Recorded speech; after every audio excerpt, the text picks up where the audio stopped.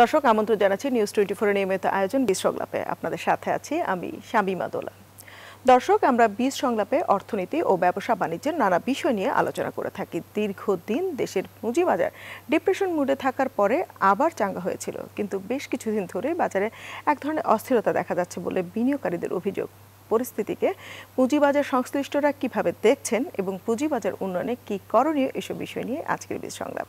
আজ আলোচনায় আছেন Bangladesh securities and exchange commission বিএসইসির commissioner Sheikh Shamsuddin Ahmed, economic reporters ফোরামের সাবেক সাধারণ সম্পাদক জিয়াউর রহমান যুক্ত হবেন আমাদের সাথে, এবং বাংলাদেশ অর্থনীতি সমিতির সাধারণ সম্পাদক ডক্টর জামাল উদ্দিন আহমেদ। স্বাগত আপনাদের। প্রথমেই আমি বাংলাদেশ সিকিউরিটিজ অ্যান্ড এক্সচেঞ্জ কমিশনের কমিশনার শেখ শামসুদ্দিন আহমেদ আপনার কাছে প্রশ্ন রাখতে চাই, আসলে পুঁজিবাজারের সাম্প্রতিক পরিস্থিতিকে আপনি কিভাবে দেখছেন? আমি মনে করি খুবই সুন্দর একটি পর্যায়ে আমরা আছি। পুঁজিবাজার খুব সুন্দর করে এগিয়ে যাচ্ছে। যে একটি তথ্য দিলে হয়তো আপনারা সেটি অনুমান করতে পারবেন। বর্তমানে right at this moment, in fact গত 52 সপ্তাহের হিসাব যদি ধরি, তাহলে এখন আমাদের ইয়ারলি রিটার্ন হচ্ছে 37.90%, অর্থাৎ প্রায় 38% ইয়ারলি রিটার্ন, যেটা যে কোনো ধরনের অন্য বিষয়ের রিটার্ন থেকে অবশ্যই খুবই উল্লেখযোগ্য। দ্বিতীয় হচ্ছে 219টি কোম্পানির আমরা প্রফিট ডিক্লারেশন পেয়েছি। এই কোম্পানিগুলো প্রায় 17,000 কোটি টাকার মুনাফা অর্জন করেছে। তার ভিতর থেকে লভ্যাংশ হিসেবে প্রায় 9,900 কোটি টাকা তারা বিতরণ করছে, যেটি অর্জিত মুনাফার প্রায় 54%। সো এটিও একটি অত্যন্ত উল্লেখযোগ্য বিষয়। চতুর্থ জিনিসটি হচ্ছে যে বিদ্যুৎ খাত, নির্মাণ শিল্প খাত, ঔষধ খাত, এমনকি ব্যাংকিং খাত সহ অন্যান্য যে সমস্ত খাত আছে, সেখানে পুঁজিবাজার পর্যাপ্ত পরিমাণে মূলধন যোগানোর চেষ্টা করছে। কিছু কিছু ক্ষেত্রে আমরা নতুন করে শুরু করেছি, আপনারা জানেন, বন্ড মার্কেট তৈরি করার জন্য, সেখানে বন্ডেরও সরবরাহ করা হচ্ছে। বাংলাদেশের ডেটা যদি দেখেন, গত অর্থ বছরে আমরা 11,000 কোটি টাকার বিভিন্ন বন্ড দিয়েছি বিভিন্ন ব্যাংক সহ সবাইকে, এবং এই অর্থ বছরের গত 3 মাসে প্রায় 7,000 কোটি টাকার আমরা বন্ড এখনো পর্যন্ত ইস্যু করেছি। অর্থাৎ বন্ড মার্কেট থেকে আমরা এগিয়ে নিয়ে যাচ্ছি। এবং আরো একটি ক্ষুদ্র পর্যায়ের তথ্য যদি আপনাকে দেই, এটি অত্যন্ত মূল্যবান তথ্য আমার কাছে। এটি হচ্ছে যে বেনিফিশিয়ারি ওনার অ্যাকাউন্ট বা বিও অ্যাকাউন্ট, এই সংখ্যাটাও কিন্তু গত 1 মাসে বেশ কয়েক লক্ষ বেড়েছে।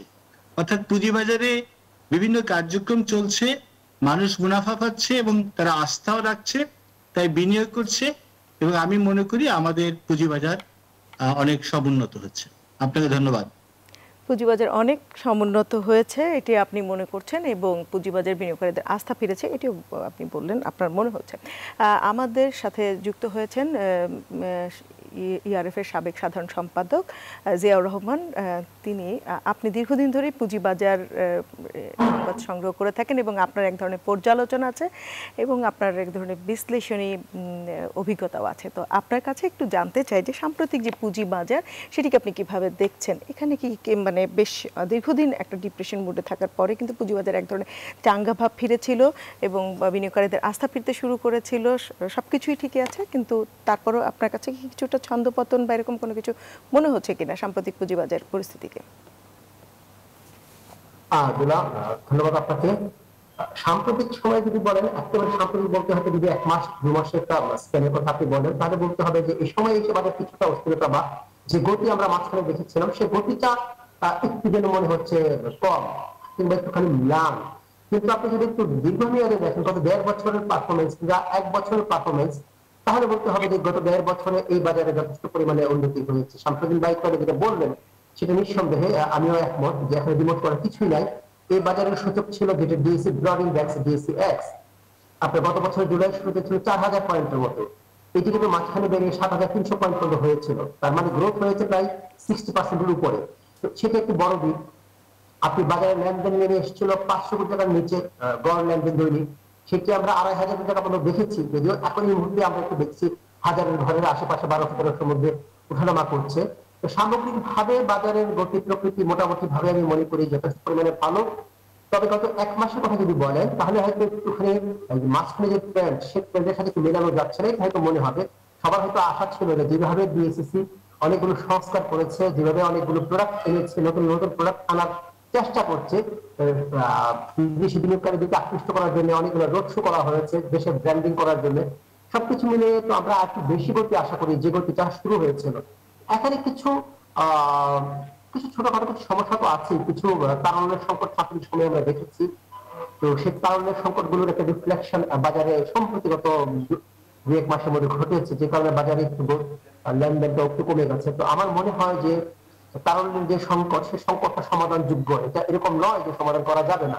তো আমরা জানি যে আগামীকাল অর্থ মন্ত্রণালয়ে পুঁজিবাজারের সাথে সম্পর্কিত দুটি বড় রেগুলেটর, মুদ্রা বাজারের যারা রেগুলেটর, বাংলাদেশ ব্যাংক এবং পুঁজিবাজারের রেগুলেটর আর বিএসইসি কে নিয়ে অর্থ মন্ত্রণালয় একটি বৈঠক করছে। এখানে এই সমন্বয় সভায় যদি কোথাও কোনো ধরনের সমস্যা থেকে থাকে, যে সমস্যাগুলোর কারণে বাজারে ধরনের লিকুইডিটি ক্রাইসিস তৈরি হয়েছে, আপনি জানেন যে আসলে বাজারে প্রাণিত লিকুইডিটি, কারণ লিকুইডিটি যদি ক্রাইসিস থাকে বাজারের গতি তো আসলে হারাবে।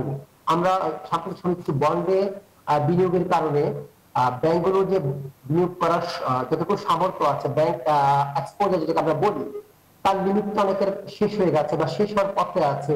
তো সেই জায়গায় যদি ধরেন বিএসইসি যে বলছে, আমরা আশা করছি সমাধান হবে যে বন্ডকে যদি এক্সপোজারের বাইরে রাখা, যেটি বাইরের প্র্যাকটিস, গ্লোবাল প্র্যাকটিস, তাহলে হবে কি ব্যাংকগুলোর মধ্যে একটা স্পেস তৈরি হবে নতুন করে ফান্ড ইনজেক্ট করার, বিনিয়োগ করার। সেই ফান্ডগুলো যদি আসে তাহলে এখন যে লিকুইডিটি ক্রাইসিসটা তৈরি হয়েছে সেই লিকুইডিটি ক্রাইসিসটা থাকবে না।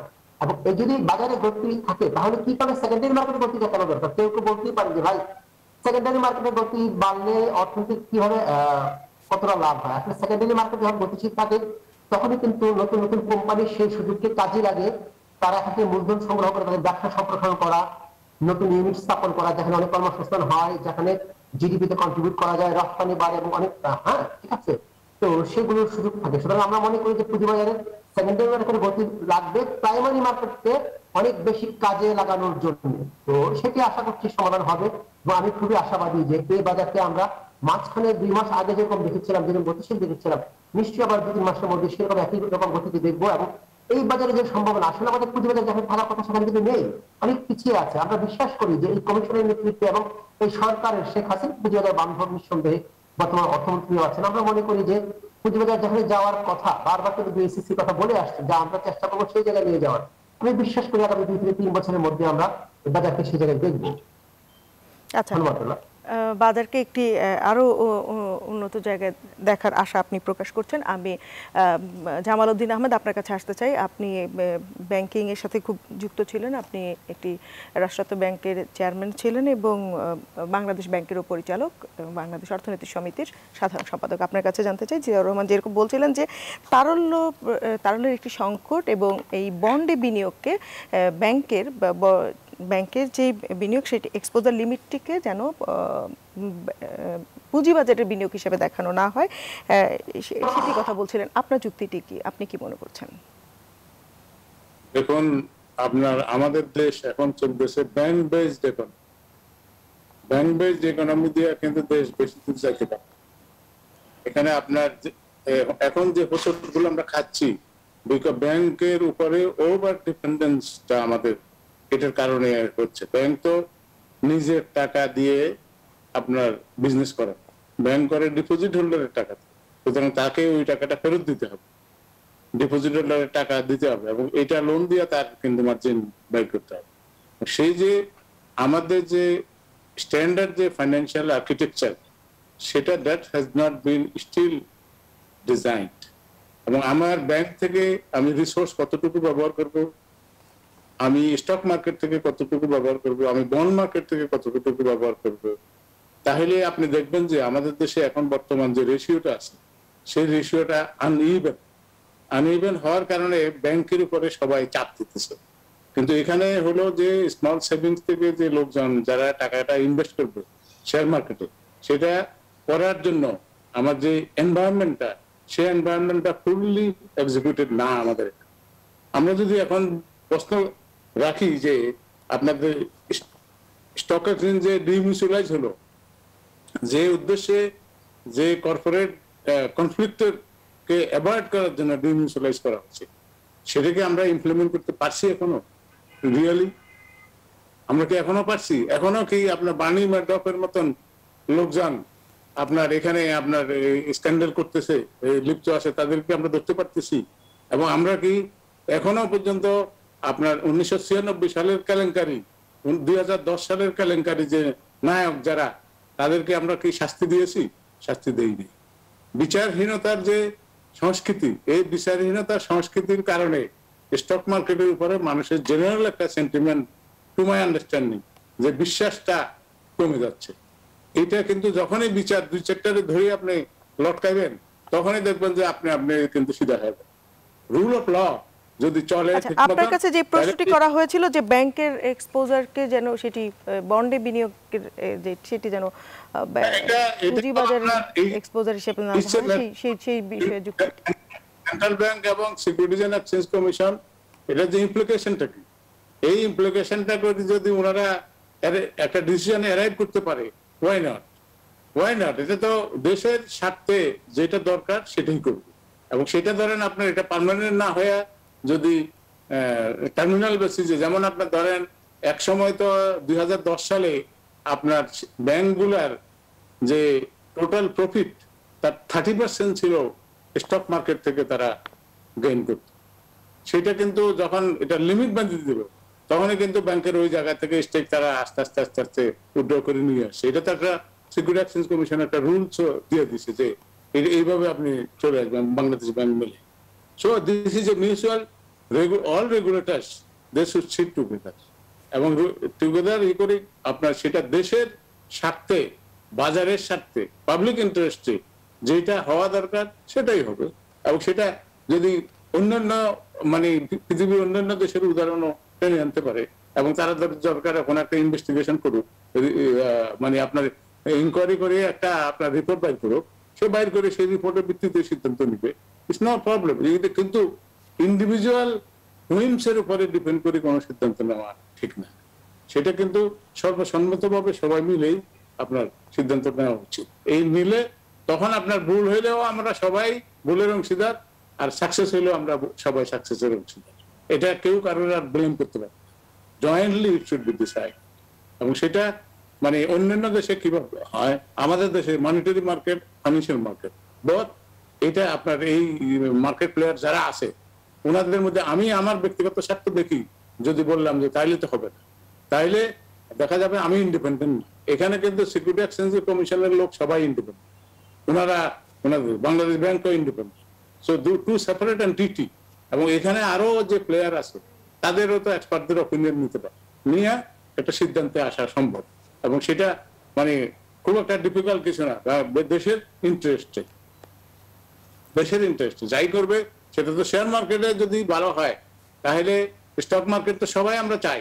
আমরা যেমন আমি যেটা চাই যে ব্যাংকে যদি 30% কন্ট্রিবিউট করে, stock market should contribute minimum. এখন তো বাংলাদেশ বাজার অর্থনীতি 40% আপনার কন্ট্রিবিউট করা উচিত ইকোনমিতে। তারপরে আপনার ধরেন বন্ড মার্কেট আছে, সেই বন্ড মার্কেট এগুলো দিয়ে যদি ফাইন্যান্সিয়াল রিসোর্সটা আমরা কালেক্ট করি। আমাদের বন্ড মার্কেট কিন্তু ওনারা এই নতুন কমিশনের যে নতুন চেয়ারম্যান হলেন এবং নতুন বোর্ড হলো, এনারা যেটা অ্যাটেম্পটা নিয়েছেন, এবং এনাদের মধ্যে অনেকে এক্সপার্ট, ইভেন শামসুদ্দিন সাহেব নিজেও, he is also an expert সেই লাইনে। বন্ড মার্কেটকে যত তাড়াতাড়ি আমরা আগাইতে পারি, ইন দ্যাট কেস আমাদের এই প্রবলেম কিন্তু থাকবে না। কিন্তু আপনি যদি চান যে ব্যাংকের থেকে ব্যাংক বড়োয়ারদের টাকা নিয়ে আপনার এখানে কত ইনভেস্ট করবে, সে রিস্কি ইনভেস্টমেন্টে যাইতে মানে যাওয়া ঠিক হবে না সবসময়।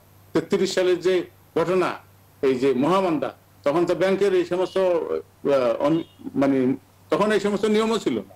তারপরে তো সিকিউরিটিজ এন্ড এক্সচেঞ্জ কমিশন হয়, তারপরে separation of investment banking from commercial, conventional commercial banking separation হয়, সেটা গ্লাস স্টিগেল অ্যাক্টের মধ্যে, এটা আপনারা সবাই জানেন। এখন আমাদেরকে এইসব তো রুলস অফ দি গেম মেনে, ফুটবল খেলার নিয়ম ফুটবল খেলার জন্য প্রযোজ্য, ক্রিকেট খেলার নিয়ম ক্রিকেট খেলার জন্য প্রযোজ্য, হাডুডুটা হাডুডুর জন্য। যত পাবলিক ইন্টারেস্টে আপনি সিদ্ধান্ত নেবার কথা বলছেন। আমি শেখ শামসুদ্দিন আপনার কাছে আবারও আসতে চাই, আপনার কাছে প্রশ্ন রাখতে চাই যে জিয়াউর রহমান যেমন বলছিলেন যে পুঁজিবাজারে এক ধরনের বেশ বিনিয়োগকারীদের আস্থা ফেরার মতো ঘটনা ঘটেছিল এবং লেনদেন বেড়েছিল অনেক কিছুটা এই গেল এক মাসের মধ্যে লেনদেন অনেকটা কমেছে, কিছুটা ছন্দপতনের কথা তিনি বলছেন এবং তারল্য সংকটের কথা বলছেন এবং যে ব্যাংকের যে এক্সপোজার লিমিট এবং আরও যে ছোটোখাটো কিছু সমস্যার কথা তিনি বলছিলেন যে এগুলো সংকট বিনিয়োগকারীদের মধ্যে কোনো প্রভাব ফেলছে কিনা এবং সেটি সমাধানের বিষয়ে আপনার আশাবাদ কীরকম?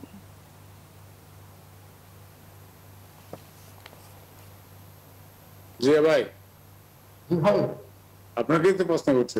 আমি শেখ শামসুদ্দিন আহমেদ আপনার কাছে প্রশ্ন করেছি। জি জি জি হ্যাঁ, পুঁজিবাজারটি একটি অত্যন্ত পরিবর্তনশীল একটি বাজার। এই বাজারটি একমাত্র বাজার যে বাজার নিয়ে একটি ইন্ডেক্স আছে, এটা পরিবর্তন হয় এবং যেহেতু ইন্ডেক্সটি সবার ক্ষেত্রে আমরা প্রদর্শনযোগ্য করে রাখি, তাই এটি নিয়ে একটু আলোচনা হয়, এটি স্বাভাবিক বিশ্বব্যাপী তাই হয়ে থাকে। কিন্তু আপনি যেটা বলছেন অস্থিরতা বা ছন্দপতন, এগুলো আমি মনে করি আসলে হয়নি। যেমন আজকেও দেখেন যে বাজার খুব সুন্দরভাবে কাজ করছে, সকাল থেকে একটু টার্নওভার কম হচ্ছে, ঠিক আছে, এটা এখনো দিন বাকি আছে, হয়তো আগিয়ে যাবে। এরকম উঠবে, বাড়বে, কমবে, ভালো হবে, কিছু শেয়ারের দাম বাড়বে, কিছু দাম কমবে, এটাই কিন্তু পুঁজিবাজারের নিয়ম, এটাই পুঁজিবাজারের ছন্দপতনের এখানে কিছু হয়নি। তারপরে দেখেন এটা ডিসেম্বর মাস, এই মাসে অনেক ধরনের প্রতিষ্ঠানের পজিশন নেওয়ার ব্যাপার আছে, অনেকের রিয়ার ক্লোজিং আছে, অনেকের ফাইন্যান্সিয়াল ইনস্টিটিউশনকে সেগুলো বছর শেষে সংশোধন করতে হয়, অনেক কিছু জিনিস সেগুলোর অ্যাসেসমেন্ট আছে। সব মিলিয়ে এই সময় কিছুটা পুঁজিবাজারের মানে টার্নওভার যেটা হয়ে থাকে সেটা পরিবর্তিত হতে পারে। কিন্তু সার্বিকভাবে আমি মনে করি যে আমাদের যারা পুঁজিবাজারে আছেন তারা আমি মনে করি যে ভালো আছেন, তারা বিনিয়োগ করছেন এবং তারা সচেষ্ট আছেন পুঁজিবাজারকে তাদের যে বিনিয়োগ আছে সেটাকে এগিয়ে নিয়ে যাওয়ার জন্য। সো আমি মনে করি না যে কোনোভাবেই পুঁজিবাজার পিছিয়ে আছে। আরো দুই একটি জিনিস বলা দরকার এক্ষেত্রে, যে যদি আমরা পার্শ্ববর্তী দেশগুলোর তুলনায় দেখি, সেখানে আমাদের পুঁজিবাজারে কিন্তু এখনো পি রেশিও খুবই সুন্দর আছে, মার্কেট ক্যাপিটালাইজেশন রেশিও বা বাজার মূলধন যেটাকে বলা হয় থেকে জিডিপির অনুপাতে এটি অনেক কম আছে। আমাদের ইল্ড এবং অন্যান্য জিনিসের কথা আমি প্রথমেই বলেছি, সেই প্রেক্ষাপট থেকে আমাদের বাজারে এখন বিনিয়োগ করার একটি অত্যন্ত সুন্দর পরিবেশ আছে। সবাই চাচ্ছি আমরা এই পরিবেশটি যেন আগিয়ে নিয়ে যেতে পারে আমাদের পুঁজিবাজারকে। তাই মনে করি যে ঝুঁকি অনুভব করা বা এখানে কোনো ধরনের ছন্দপতনের ভাবনা মনে হয় করার মতো কোনো যুক্তি অন্তত পক্ষে আমার কাছে নেই। আমি মনে করি যে পুঁজিবাজার সঠিক পথেই আছে, সঠিকভাবে আগাচ্ছে এবং আমরা সমবেতভাবে চেষ্টা করছি আমাদের অর্থনীতিতে ভূমিকা রাখতে। আচ্ছা, আপনার বক্তব্য হচ্ছে যে পুঁজিবাজার স্বাভাবিক গতিতেই আছে এবং ভালো পরিস্থিতিতে আছে, এটি একটি স্বাভাবিক প্রক্রিয়া। আরও আলোচনায় আসবো, বীজ সংলাপে নিতে হচ্ছে একটি ছোট্ট বিরতির পর বাকি আলোচনার সাথেই থাকবেন। দর্শক, বিরতির পর আবারও ফিরলাম বীজ সংলাপে। আমরা কথা বলছিলাম পুঁজিবাজারের অস্থিরতা এবং করণীয় বিষয় নিয়ে। আমাদের সাথে আছেন তিনজন অতিথি। আমরা বিরতির আগে কথা শুনছিলাম বাংলাদেশ সিকিউরিটিজ অ্যান্ড এক্সচেঞ্জ কমিশনের কমিশনার শামসুদ্দিন আহমেদ, শেখ শামসুদ্দিন আহমেদের কথা শুনছিলাম। আমি আপনার কাছে এবার আরেকটি প্রশ্ন করতে চাই যে সম্প্রতি একটি ব্যাংকের আর্থিক প্রতিবেদন বিষয়ে আর্থিক প্রতিবেদনের বিষয়ে যে বাংলাদেশ সিকিউরিটিজ অ্যান্ড এক্সচেঞ্জ কমিশনের অবস্থানটা কি?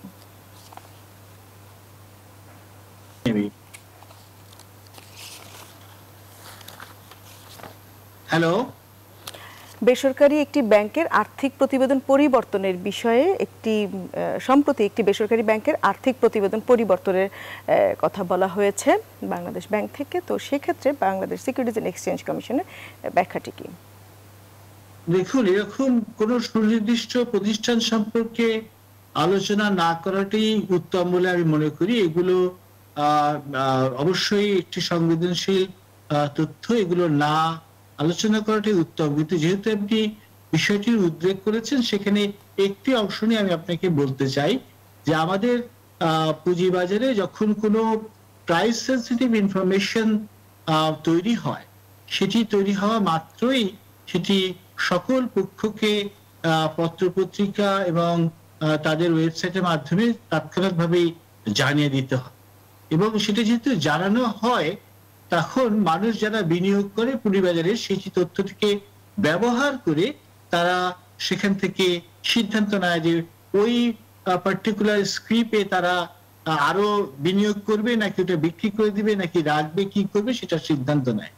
এখন একটি তথ্য দেওয়া হয়েছে আজকে এবং সেটার ভিত্তি করে আপনি আজকে বা আগামীকাল জিনিসটি কিনলেন কিংবা বিক্রি করে দিলেন, সেটা আপনার সিদ্ধান্তকে আইনানুগভাবেই সহায়তা করেছে। এখন তারপরে যদি আমরা আবার বলি যে না ওই সিদ্ধান্তটি, ওই তথ্যটি ঠিক ছিল না, ওই তথ্যটি গ্রহণযোগ্য নয়, তখন যারা বিনিয়োগ করেছে ওই তথ্যের উপরে ভিত্তি করে তারা ক্ষতিগ্রস্ত হয়।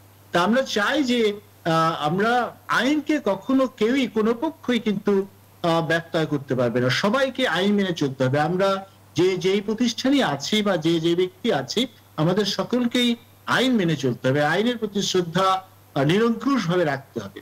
এবং সেই প্রেক্ষাপট থেকে আমি বলছি যে পিএসআইটি পাবলিশার যখন একটা পজিশন নিয়ে নেয় তখন থেকে চেঞ্জ করানো তার জন্য ক্ষতির কারণ হয়ে দাঁড়াতে পারে। এই জন্যই আমরা চাই যে যখন একটি সিদ্ধান্ত নিয়েছে, বোর্ড পাস করেছে, পিএসআই দিয়েছে, সেটিকে যেন আমরা সবাই সম্মান।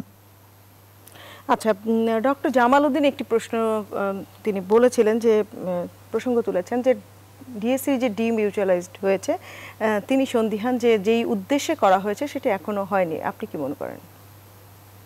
এটি সত্যিকার অর্থে আমি বলি যে উনি যে বিষয়টি তুলেছেন সেটি নিয়ে আমরা কাজ করছি। তারা যেমন মনে করেন যে আমরা ইতিমধ্যে কিছু কাজ আসলে দেখা যায় না, সময় লাগে, অনেক আগে হয়তো বা এটা হয়েছে, কিন্তু আমরা এই কমিশন প্রায় বছর ধরে হলো এসেছে এখানে, আমরা এটি নিয়ে কাজ করেছি। তারা ডিমিউচুয়ালাইজেশনে কাজ করছে, আরো কিছু ডাইমেনশন আছে, যেমন মনে করেন যে তাদেরকে লিস্টিং এর জন্য আমরা বলেছি, আমরা চিঠি দিয়েছি, তারাও তাদের একটা অংশ মার্কেটে লিস্টিংও করবে। তাদের যে বোর্ড এন্ড অ্যাডমিনিস্ট্রেশন বিধিমালা আছে সেটিও তারা সংশোধন করার জন্য এবং সেটিকে রিভিউ করার জন্য আমরা বলেছি, এবং আশা করছি যে এই জিনিসগুলো খুব দ্রুত কিছুটা রূপ পরিবর্তন করবে এবং ডিমিউচুয়ালাইজেশনের অনেকগুলো বেনিফিট আমরা দেখতে পারবো। একেবারেই যে কিছু হয়নি তাও কিন্তু নয়, আমাদের ডিমিউচুয়ালাইজেশনের অনেকগুলো কাজও আসলে হয়েছে, সেগুলোর বিবৃতি এখন না হয় দিলাম, কিন্তু এটি ঠিক যে পরিপূর্ণভাবে ডিমিউচুয়ালাইজেশনের যে অ্যাচিভমেন্ট গুলো থাকার কথা ছিল এখনো পর্যন্ত সেগুলো হয়নি। আমরা আশা করবো যে ডিএসসি বোর্ড এবং ডিএসসি অ্যাজ এ ইন্ডিভিজুয়াল প্রতিষ্ঠান তারা যেন এগুলোকে আরো আগিয়ে নিয়ে যায়। সেই ক্ষেত্রে বিসিকের পক্ষে করণীয় বা যে সমস্ত সহায়তা দেওয়া প্রয়োজন হবে সেগুলো বিসিক দেওয়ার জন্য সদা তৎপর থাকে। অসংখ্য ধন্যবাদ। আমি জিয়াউর রহমান আপনার কাছে জানতে চাই যে এই যে জামাল উদ্দিন প্রশ্নটি করেছেন যে ডিমিউচুয়ালাইজেশনের যে উদ্দেশ্যটি সেটি বাস্তবায়ন হয়নি, আসলে এটিকে আসলে বাজারের লেনদেনে বা বিনিয়োগকারীদের আস্থা ফেরানোতে কোনো রকমের ভূমিকা কি আছে কিনা, যদি থেকে থাকে তাহলে সেটি কেমন এবং কি করণীয়? হ্যাঁ, প্রত্যক্ষ ভূমিকা না থাকলেও পরোক্ষ কিছু ভূমিকা তো থাকেই। কারণ হচ্ছে জামাল ভাই যেটা বললেন, আমরা একই কথা বলি যে বিনিয়োগকারীকে বিনিয়োগ করে একটা আস্থার উপর ভিত্তি করে, আস্থা যদি না থাকে তাহলে বাজারের থেকে তার আগ্রহটা নষ্ট হয়ে যায়। সুতরাং এই আস্থা প্রতিষ্ঠার জন্য স্টক এক্সচেঞ্জ হচ্ছে প্রাইমারি রেগুলেটর। সেই প্রাইমারি রেগুলেটরের যেরকম স্বচ্ছতা দরকার, যেরকম দক্ষতা দরকার, যেখানে কনফ্লিক্ট অফ ইন্টারেস্টের জায়গাটা দূর করা দরকার, এখন ম্যানেজমেন্ট এবং যারা মালিকানা ওনার তাদের স্বার্থের জায়গাটা যেন কখনোই কনফ্লিক্ট না আসে, সেই জায়গাটা যতটা হওয়া উচিত ছিল ততটা কিন্তু ওভাবে হয়নি। এখনো আমরা অনেক সময় দেখি, ছোট ছোট কিছু উদাহরণ যদি দিই, আমরা অনেক সময় দেখি যে অনেক মূল্য সংবেদনশীল তথ্য ভুল আসছে ওয়েবসাইটে, অনেক তথ্য কোম্পানি অনেক জানানোর পরে একদিন পরে ডিএসসি ওয়েবসাইটে আসছে। তার মানে যে এই একদিনে কি ডিএসসির কোনো লোকজন কোনো প্রভাবশালী কেউ সুবিধাটা নিয়েছে কিনা, এরকম আমরা কিছু রিপোর্টও পরিস্থিতি করেছি, কিন্তু সেটা কিন্তু নিশ্চিত না। তার মানে তথ্যের যদি অবাধ প্রবাহ না থাকে, সবাই যদি সমান একই সময়ে সেই তথ্যটা না জানতে পারে, তাহলে কিন্তু কারো কারো একটু বেনিফিটেড হওয়ার সুযোগ থাকে, এবং কেউ যদি এক্সট্রা বেনিফিট পায় তার মানে হচ্ছে অপর অংশ কিন্তু ক্ষতিগ্রস্ত হবে। সুতরাং এইসব জায়গায় কিন্তু ডিএসসি যতটা দক্ষতা, যতটা আমরা আশা করেছিলাম ততটা কিন্তু হয়নি। জামাল ভাইয়ের বক্তব্যের কিছু না কিছু সত্যতা আছে, এবং সেই জায়গায় শামসুদ্দিন ভাই বলেছে যে তোনারা তিনি কাজ করছেন। আমরা বিশ্বাস করি যে সত্যিকার অর্থে যে ফলাফলটা আমরা চেয়েছিলাম ডিমিউচুয়ালাইজেশনের মাধ্যমে, সেই চিত্রটা আগামী দিনে দেখবো। যদি সেটি দেখতে না পারি তাহলে কিন্তু আসলে অনেক এই সরকার, বিশেষ করে শেখ হাসিনা সরকার যদি না থাকতেন তাহলে স্টক এক্সচেঞ্জ কর্তৃপক্ষ যথেষ্ট পরিমাণে কিন্তু প্রভাবশালী, তাদের অনেকে সংসদ সদস্য পর্যন্ত আছেন। সুতরাং একটি স্টক এক্সচেঞ্জকে ডিমিউটালাইজ করে ফেলা খুব সহজ ব্যাপার কিন্তু ছিল না। কিন্তু আমরা দেখেছি যে এই দেশে কাজটা অনেক সহজভাবে হয়েছে। সহজভাবে হয়ে যাওয়ার পরে যেরকম সফলতা আমরা আশা করেছিলাম, সেই সুফলটা আসলে এত সহজভাবে এত সুন্দরভাবে আমরা দেখি। তো আমরা আশা করি যে বিএসসিসি বিষয় ইস্যুটিকে অনেক গুরুত্বের সাথে নিবে, গুরুত্বের সাথে নিয়ে সেই জায়গাটা অ্যাড্রেস করবে। সেটি যদি করে, যেমন বাজারের জন্য বিএসসিসির উপরে আস্থা দরকার, বিনিয়োগকারীদের অন্ধবিশ্বাস দরকার, পাশাপাশি প্রাইমারি রেগুলেটর হিসেবে বিএসসি কতটা ফাংশন করলো, কতটা নিরপেক্ষভাবে কাজ করতে পারলো, কতটা অবাধ এবং সাধারণ বিনিয়োগকারীদের স্বার্থ সুরক্ষায় কাজ করতে পারলো, তার উপরে কিন্তু নির্ভর করে বিনিয়োগকারীরা এখানে কতটুকু ইনভলভ হবেন, কতটুকু তারা ঝুঁকি নিতে পারবেন, কতটুকু ওন করবেন বাজারকে। আমি মনে করি যে সেগুলো আগামী দিনে নিশ্চয়ই অ্যাড্রেস হবে এবং অ্যাড্রেস যদি হয়ে যায়, তাহলে যে সামগ্রিক এফোর্ট যেটা একদিকে দিয়ে বিএসসিসি কে তার স্বচ্ছতা বাড়াতে হবে, বিএসসি কে আরো ডাইভার্সিফাইড কাজ করতে হবে, স্টক এক্সচেঞ্জকে তার মতো করে ডিমিউটালাইজেশন যে সফলতা আনতে হবে। জামাল ভাই একটু আগে আপনার অফ ইয়ারে বলছিলেন যে নিশ্চিত কোম্পানিগুলো সবগুলো কিন্তু ক্রেডিট রেটিং করে না, সুতরাং সেই ক্রেডিট রেটিং গুলো যদি করানো যায় তাহলে সেগুলো স্বচ্ছতা বাড়বে। তবে এটাও দেখতে হবে জামাল ভাই, আমি যেটা মনে করি যে ক্রেডিট রেটিং গুলো সবগুলোরই সেই ক্রেডিবিলিটি আছে কিনা বা তাদেরও আলাদা করে ক্রেডিট রেটিং দরকার কিনা সেটা কিন্তু দেখতে হবে, ঠিক আছে? কারণ ক্রেডিট রেটিং এজেন্সি যদি ইটসেলফ প্রশ্নবিদ্ধ হয় তাহলে কিন্তু আসলে সেই ক্রেডিট রেটিং করতে কোনো লাভ নাই। সেটা সামগ্রিকভাবে আমরা মনে করি সবগুলো জায়গায় ধরে ধরে অল্প করে কাজ করতে হবে। তবে কাজগুলো কিন্তু রাতারাতি 1 মাস 2 মাসে করার মতো না, সেই কাজগুলো আসলে সময় সাপেক্ষ ব্যাপার, ধীরে ধীরে অগ্রগতি হবে। আমরা মনে করি যে কাজগুলো চলছে সেগুলো যদি ধারাবাহিকভাবে চলতে থাকে আর 1-2 বছর, নিশ্চিতভাবে আমরা একটা ভালো ফল বাজারে দেখবো আর কি। অসংখ্য ধন্যবাদ। আরেকটি প্রশ্ন, যে বিনিয়োগকারীদের যে এক্সপোজার যে বিনিয়োগটিকে সেটিকে কস্ট প্রাইসে না মার্কেট প্রাইসে দেখা হবে, এই একটি বিতর্ক আছে। আপনার পর্যবেক্ষণ কি? আপনি তো দীর্ঘদিন মনে করি সেটি আসলে কস্ট প্রাইসে হওয়া উচিত। আমি যদি ব্যাংক বাদ দেন, আপনি যদি ইন্ডিভিজুয়ালি ধরেন, আপনি 10 টাকা বাজারে বিনিয়োগ করলেন, আপনার যদি শেয়ারের দাম কমে 0 হয়ে যায় তাহলে আপনার তো লস হবে 10 টাকায়। তার মানে আপনার হচ্ছে না রিস্ক ইনভলভ তো 10 টাকা। শেয়ারের দাম 20 টাকা হয়ে গেল বেড়ে বাজার, আর কোনো কারণে সে দাম পড়ে আবার 0 হলো, আপনি তো 20 টাকা লস করলেন না, কারণ আপনি বিনিয়োগ করেছিলেন 10 টাকা। সিম্পল থিওরি, একেবারে জটিলতা কিচ্ছু নাই। সুতরাং আপনার যা যত ইনভলভমেন্ট, সেই ইনভলভমেন্টের উপরে উচিত হচ্ছে যে তার এক্সপোজারটা ক্যালকুলেট করা, তাহলে কিন্তু অনেক জটিলতা অবসান হয়ে যায়। বিশেষ করে আমরা যেটা দেখছি যে বাজার যখনই একটু গতিশীল হয়, ধরেন বাজার খারাপ সময় আমাদের ইন্ডিভিজুয়াল বিনিয়োগ করে এত বেশি সক্ষমতা নাই এই বাজারকে ফুয়েল দেওয়ার।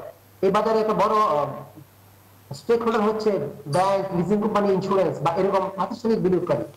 তারা যখন খারাপ সময়ে যদি তারা বিনিয়োগ না করতে পারে তাহলে তো বাজারে গতি আসবে না। তো খারাপ সময় তারা হয়তো ধরেন একটি প্রতিষ্ঠান হয়তো 85 টাকা বিনিয়োগ করলো, যখনই শেয়ারের দাম বেড়ে কি 50% বাড়লো, 75 কোটি টাকা হয়ে গেল, এখন হয়তো তাকে বলা হচ্ছে তুমি তো 75 কোটি টাকা বিনিয়োগ করেছো, তোমরা তুমি 25 কোটি টাকা বিনিয়োগ অ্যাডজাস্ট করে বিক্রি করো। তো প্রতিষ্ঠান যখন বিক্রি করা শুরু করে, বাজারে যে চাপ তৈরি হয়, সেই চাপের কারণে কিন্তু সাপ্লাই ডিমান্ডের যে তত্ত্ব সাপ্লাই যদি বেড়ে যায় তাহলে তো আসলে দাম কমবে, তখন একটা বাজারে অস্থিরতা তৈরি হয়। তো আমাদের মনে হয় যে এই জায়গাটা যদি আমরা একটা সমাধানে আসতে পারি, আমরা যদি কস্ট প্রাইসে ক্যালকুলেশন করতে পারি এক্সপোজার, তাহলে মনে হয় যে একটা স্থায়ী সমাধান হবে। আর সেই ক্ষেত্রে ব্যাংক সহ প্রতিষ্ঠানগুলো বিনিয়োগ করার সক্ষমতা বাড়বে এবং বাজারে আসলে ওই যে আমরা চাই না যে মার্জিন ঋণ বা অন্য কিছু নিয়ে করুক, কিন্তু প্রতিষ্ঠানের সক্ষমতা থাকুক। প্রতিষ্ঠানের সক্ষমতা থাকলে কিন্তু কারণ প্রতিষ্ঠান দীর্ঘমেয়াদে বিনিয়োগ করে, তখন কিন্তু বাজার বেশি থাকে। আর যখন বাজারটা প্রতিষ্ঠানের অংশগ্রহণ কম থাকে, ইন্ডিভিজুয়ালদের অংশগ্রহণ বেশি থাকে, তখন ইন্ডিভিজুয়ালরা তো হুজুগে মাতেন, ইন্ডিভিজুয়াল রিসার্চের সুযোগ নেয়, তারা অল্পতে ভয় পান, এদের মধ্যে লোভ বেশি কাজ করে। তার ফলে হয় কি, যখনই কোনো ভাবে আপনি বলছিলেন প্রাতিষ্ঠানিক বিনিয়োগকারীদের সক্রিয় থাকলে বাজারে এক ধরনের স্থিতিশীলতা আছে, এখন বাজারের যে অবস্থা তাতে কি প্রাতিষ্ঠানিক বিনিয়োগকারীরা সক্রিয় আছেন? আপনার কি মনে হয়? আছে তো অবশ্যই, কিন্তু কিছুটা কম। একটু আগে যেটা আমি বলছিলাম টার্মিনাল সংকট, এই যে এক্সপোজারের একটা সমস্যা, দ্বিতীয়ত হচ্ছে যে সাম্প্রতিক সময়ে সুকুক সহ অনেকগুলো বন্ড এসেছে এবং সেই বন্ডের প্রধান ক্রেতা কিন্তু আসলে ব্যাংকগুলাই। সুতরাং তারা এই বন্ডে বিনিয়োগ করার কারণে যেটা হয়েছে, তার যে আইন অনুযায়ী যতটুকু টাকা বিনিয়োগ করার সুযোগ আছে এক্সপোজারের মধ্যে, তার একটি বড় অংশ কিন্তু বন্ডে বিনিয়োগ হয়ে গেছে, যার ফলে সে যে সেকেন্ডারি মার্কেটে ইকুইটিতে বিনিয়োগ করবে, সে বিনিয়োগ করার সক্ষমতা কিছুটা কমে এসেছে।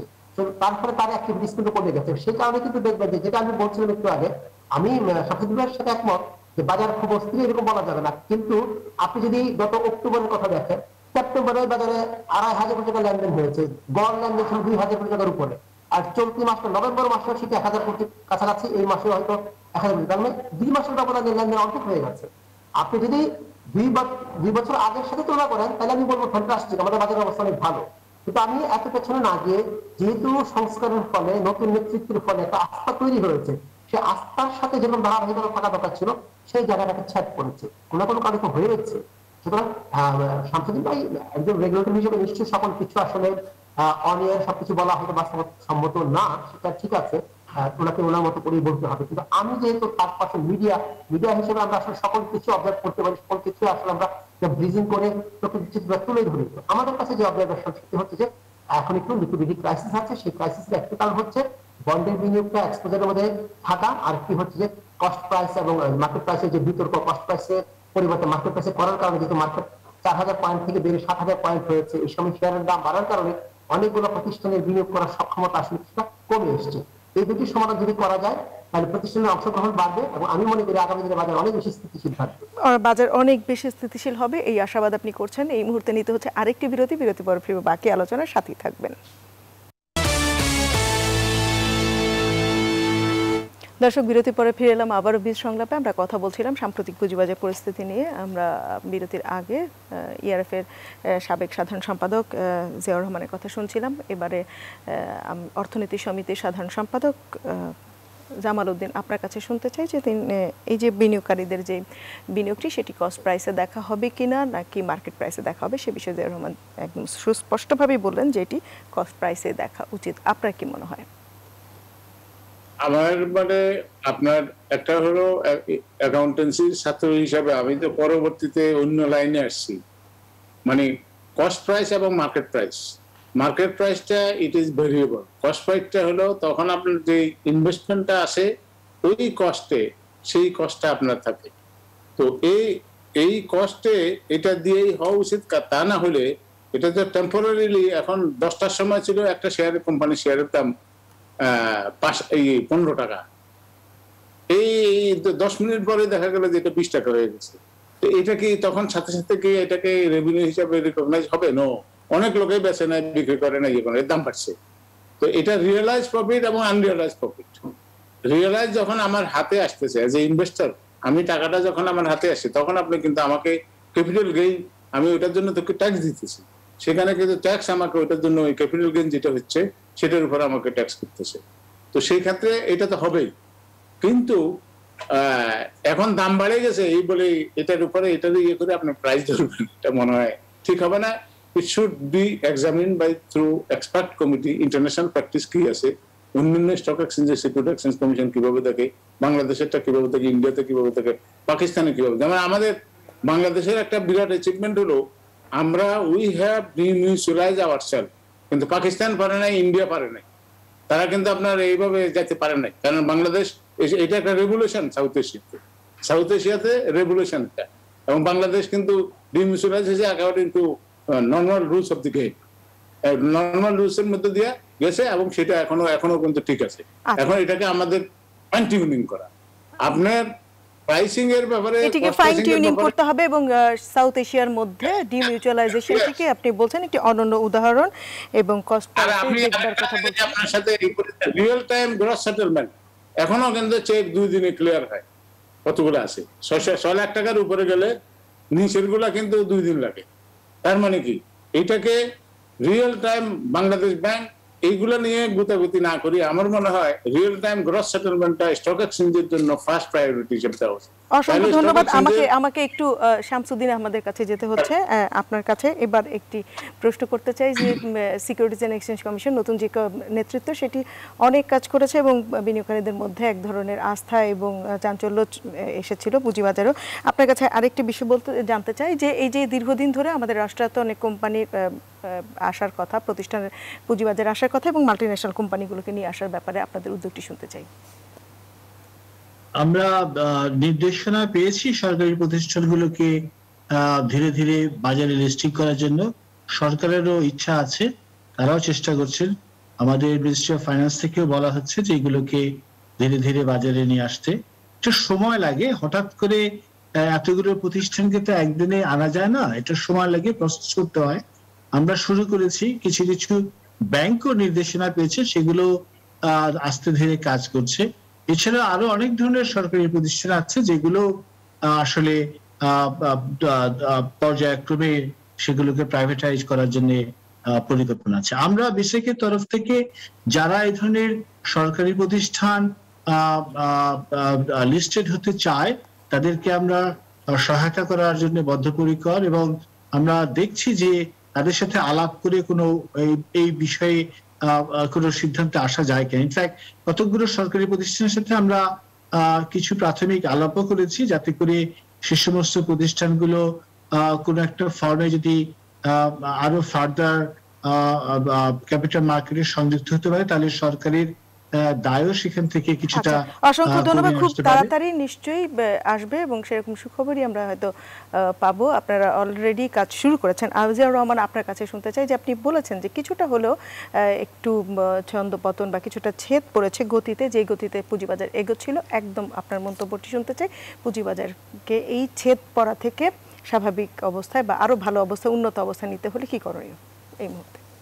দুটি বিষয় করতে হবে। প্রথমত যে কথা বলছিলাম, তারল্যের যে সমস্যাটা আছে এক্সপোজার কেন্দ্রিক, সেটা আলোচনা করে সমাধানে আসতে হবে। দ্বিতীয়ত হচ্ছে আমাদের যারা রেগুলেটর আছে সেই রেগুলেটরের মধ্যে আরো নিয়মিত বৈঠক, সমন্বয়, এগুলোকে জোরদার করতে হবে এবং দরকার পড়লে অর্থ মন্ত্রণালয় সেগুলো সমন্বয়টা বা তদারকিটা করতে পারে। যদি সেটি করে, আমার মনে হয় যে কোনো ধরনের অবস্টাকল যদি না থাকে, তাহলে বাজার আসলে তার গতিতে চলতে থাকবে। যে সম্ভাবনা আছে সেই সম্ভাবনাকে আমরা কাজে লাগাতে পারবো।